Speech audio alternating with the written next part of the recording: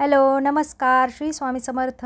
मी रेश्मा तुम्हा सगळ्यांचं रेश्माच्या दुनियादारीमध्ये पुन्हा एकदा स्वागत करते। माझ्या यूट्यूब परिवारातल्या सर्व भावा बहिणींना रक्षाबंधनच्या खूप खूप शुभेच्छा। रक्षाबंधन हा एक महत्त्वाचा हिंदू सण आहे। या दिवशी बहिणी आपल्या भावाच्या हातावर राखी बांधतात आणि भावाचे रक्षण व्हावे यासाठी प्रार्थना करतात। भाऊ देखील आपल्या बहिणीचे रक्षण करण्याचे वचन देतो। रक्षाबंधन हा सण श्रावण महिन्यातील पौर्णिमेच्या दिवशी साजरा केला जातो। या सणाची वाट प्रत्येक बहीण भाऊ अगदी आतुरतेने पाहत असतात। यावेळी रक्षाबंधन कधी आहे, राखी बांधण्याचा शुभ मुहूर्त कोणता, असे प्रश्न पडले असतील तर पाहूया रक्षाबंधन कधी आणि कोणत्या मुहूर्तावर आहे। पौर्णिमा सुरू 8 ऑगस्ट 2025 रोजी दुपारी 2:12 सुरू होईल, तर पौर्णिमा समाप्ती 9 ऑगस्ट 2025ला दुपारी 1:24 समाप्त होईल। तर रक्षाबंधन 9 ऑगस्टला आहे।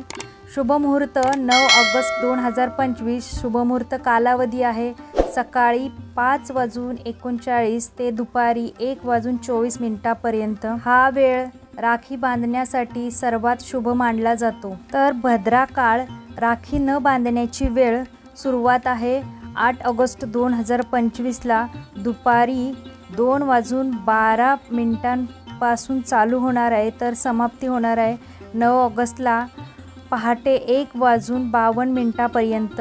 या वेळात राखी बांधणे टाळावे। धार्मिक मान्यता आणि ज्योतिषशास्त्रानुसार भद्रा ही न्यायदेवता शनिदेवांची बहीण आहे। भद्रा ही सूर्यदेव आणि माता छाया यांची कन्या आहे। भाऊ शनिदेवांप्रमाणे भद्रेचा स्वभावही अतिशय कठोर मानला जातो। प्रत्येक शुभ कार्यात ती अडथळे आणत असे। अशा स्थितीत तिचे वडील सूर्यदेव यांनी भद्रावर ताबा मिळवण्यासाठी ब्रह्मदेवांकडे मदत मागितली। त्यामुळे तिच्यावर नियंत्रण ठेवण्यासाठी ब्रह्मदेवांनी तिला पंचांगाचा एक प्रमुख भाग असलेल्या वेष्टीकरणात स्थान दिले। ते म्हणजे की भद्रा असताना कोणतेही शुभ कार्य करणे निषिद्ध मानले जाईल, पण ते काम भद्रानंतर करता येईल।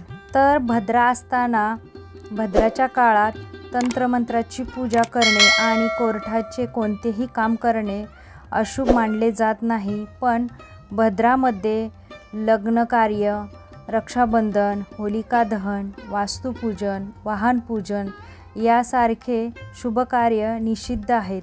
म्हणूनच भद्रा स्वभावाने अतिशय कठोर आणि अनियंत्रित होती।